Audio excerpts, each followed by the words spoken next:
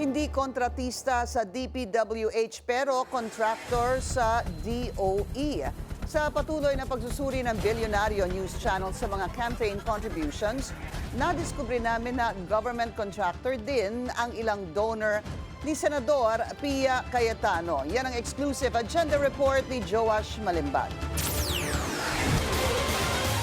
Kamakailan lang, inabsuelto ng COMELEC Political Finance and Affairs Department sina Senator Cheese Escudero at campaign donor nito na si Lawrence Lubiano. Si Lubiano ang presidente ng Centerways Construction and Development Incorporated na isa sa most favored firms ng DPWH ayon sa ulat ni Pangulong Bongbong Marcos.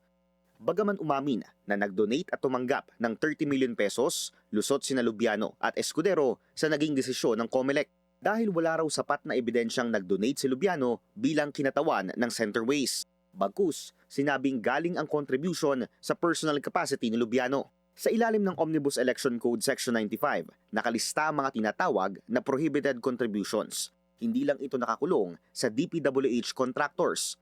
Kabilang din dito ang mga contractor sa anumang ahensya ng pamahalaan at mga personalidad na nagsasagawa ng natural resources exploitation sa bansa tulad ng pagmimina.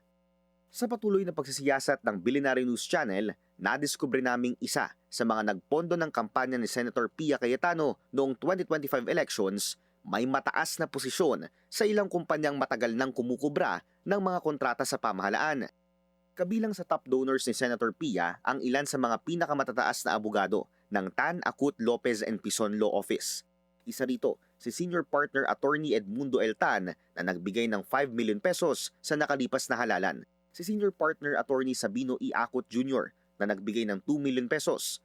Si Senior Partner Attorney Bernard Lopez na nagbigay ng 3 million pesos. At ang partner na si Attorney Valentino Dayonela na nagbigay naman ng 1 million pesos o may kabuuang halaga na 11 million pesos.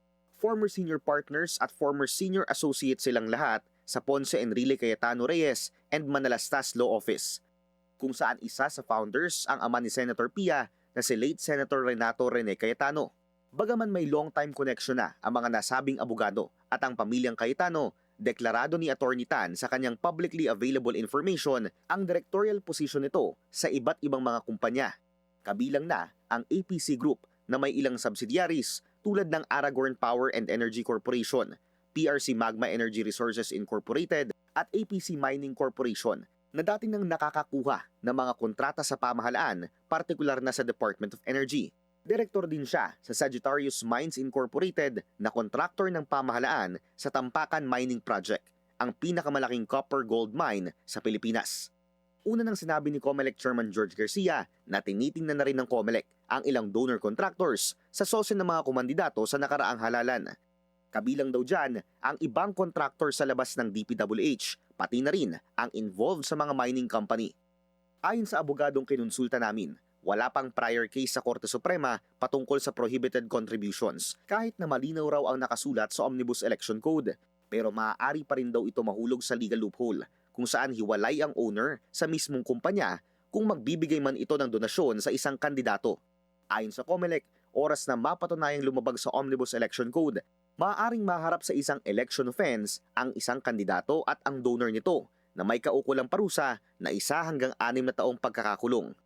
Maaari rin daw maharap ang sangkot na politiko sa perpetual disqualification from holding public office.